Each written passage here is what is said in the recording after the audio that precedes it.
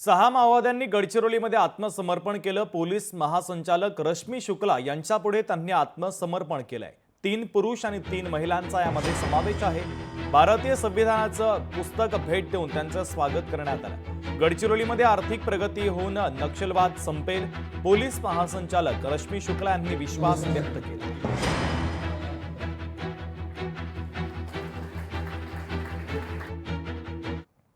मला फार आनंद होत आहे। आजच्या दिवशी ते 6 नक्षलवाद्यांनी आत्मसमर्पण केलं आहे। त्यांच्यावर मोठा रिवॉर्ड होता। त्यापैकी 2 DCM आहे, एक फ्लॅट कमांडर आहे, एक PPCM आहे, एक PM आहे।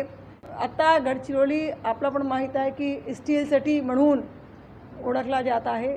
व्हेरी सून गडचिरोलीमध्ये फार इंडस्ट्रीज पण येणार आहे आणि एकदा गडचिरोलीची उन्नती इकॉनॉमिक प्रोग्रेस सुरू झाली ते आपोआप यावर आळा घालणं शक्य होणार आहे।